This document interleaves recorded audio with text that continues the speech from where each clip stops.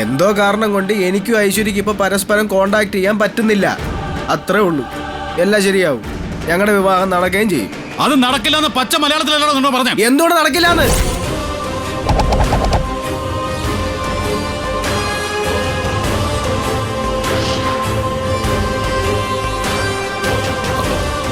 അത് പിന്നെ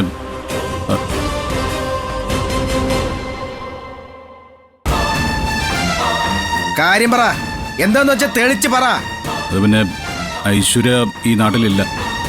ഈ നാട്ടിലില്ലെന്ന് എന്നുവെച്ചാ അത്യാവശ്യമായിട്ട് എങ്ങോട്ടെങ്കിലും പോയതായിരിക്കും. തിരിച്ചു വരാതിരിക്കത്തില്ലല്ലോ. എടാ, ഐശ്വര്യ ഇവിടുന്ന് പറഞ്ഞു വിട്ടത് ഞാനാ.